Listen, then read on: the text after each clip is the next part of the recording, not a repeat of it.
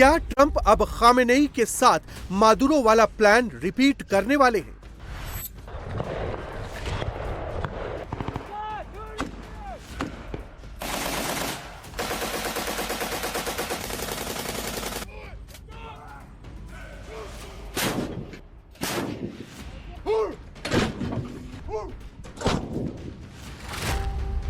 क्या ट्रंप ताकत दिखाकर खामेनेई को माइंड गेम में फंसा रहे हैं?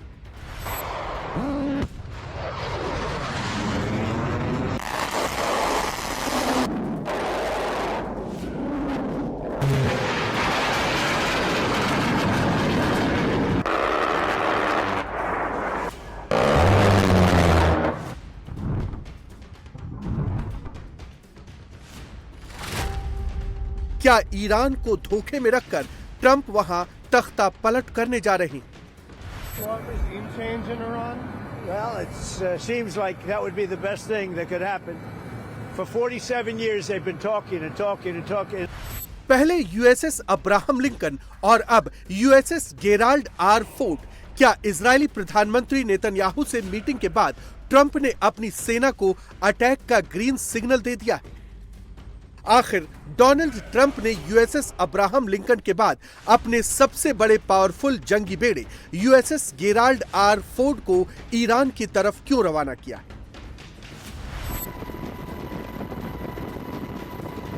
ये समंदर की लहरों को चीरता अमेरिका का महाविनाशक यूएसएस गेराल्ड आर फोर्ड है। यूएसएस गेराल्ड आर फोर्ड दुनिया का सबसे बड़ा एयरक्राफ्ट कैरियर है जो इस समय फुल स्पीड के साथ कैरेबियन सागर से मिडिल ईस्ट की तरफ बढ़ रहा है।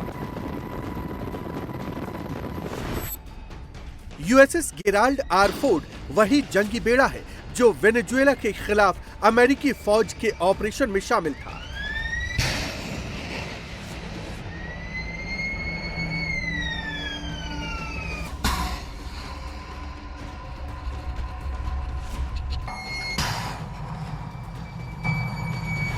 ट्रंप ने इसे पिछले साल कैरेबियन सागर में तैनात किया था। वेनेजुएला के प्रेसिडेंट निकोलस मादुरो को पकड़कर अमेरिकी फौज इसी जंगी बेड़े पर लेकर आई थी।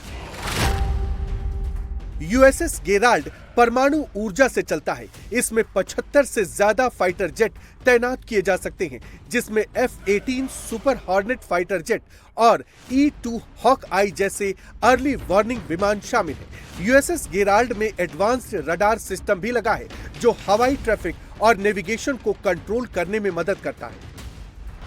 रिपोर्ट्स के मुताबिक ट्रंप अपने सबसे शक्तिशाली एयरक्राफ्ट कैरियर को ईरान की तरफ सिर्फ टाइम पास के लिए नहीं भेज रहे, बल्कि अब उन्होंने ईरान पर हमला करने का पक्का इरादा बना लिया है, क्योंकि USS Gerald R Ford America का वो स्ट्राइक ग्रुप है जो बड़े ऑपरेशंस के लिए तैनात किया जाता है।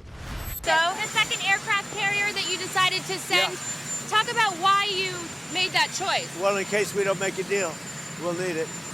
If we don't have a deal, we'll need it. If we have a deal, we could cut it short. It'll be leaving very soon. We have one out there that just arrived. If we need it, we have it ready. A very big force. How confident are you that our negotiations with Iran will be successful? I think they'll be successful, and if they're not, it's going to be a bad day for Iran. Very bad. Trump ने यह फैसला उस वक्त लिया जब America की Iran के साथ बातचीत चल रही है।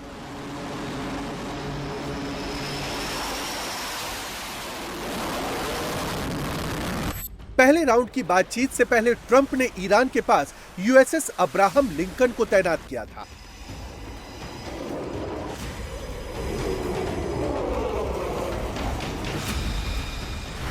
बातचीत के बीच में ही ट्रंप ने अरब सागर में परमाणु ऊर्जा से चलने वाली ओहियो क्लास की सबमरीन भी भेज दी। पहले राउंड की मीटिंग के बीच में ही ट्रंप ने मिडिल ईस्ट के अमेरिकी एयरबेसेस पर कई स्ट्रैटेजिक बॉम्बर और फाइटर जेट भी उतार दिए, लेकिन ईरान अपनी पोजीशन छोड़ने को तैयार नहीं हुआ। ईरान ने क्लियर कर दिया कि वो सिर्फ न्यूक्लियर प्रोग्राम पर ही बातचीत करेगा, जिस पर नेतन्याहू राजी नहीं।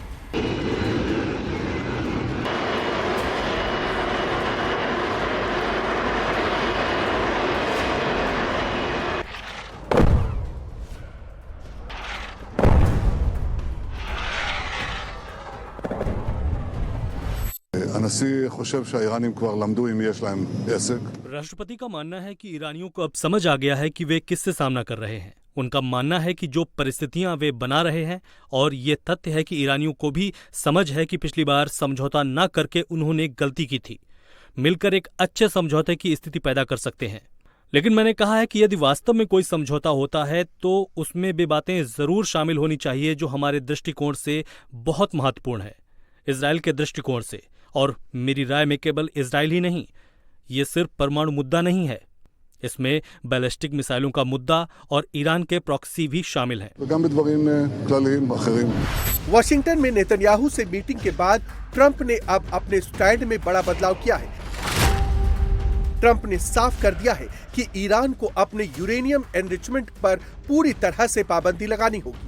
ईरान में पहले से एनरिच्ड यूरेनियम को पूरी तरह से हटाना पड़ेगा। ईरान को अपनी लंबी दूरी की बैलिस्टिक मिसाइलों की रेंज को कम करना पड़ेगा। मिडिल ईस्ट में प्रॉक्सी बलों को मदद देना बंद करना पड़ेगा। रिपोर्ट्स तो ये भी हैं कि ट्रंप ने ईरान पर हमले का प्लान ओके कर दिया है। ट्रंप के पास ईरान के खिलाफ क्या क्या ऑप्शंस हैं वो भी सुनिए। ट्रंप की सेना का पहला टारगेट ईरान की न्यूक्लियर साइट्स होंगी।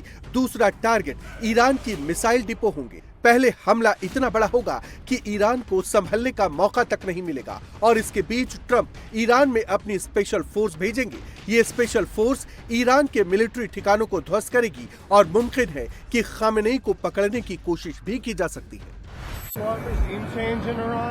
Well, it seems like that would be the best thing that could happen. For 47 years they've been talking and talking and talking. In the meantime, we've lost a lot of lives while they talk, and legs blown off, arms blown off, faces blown off.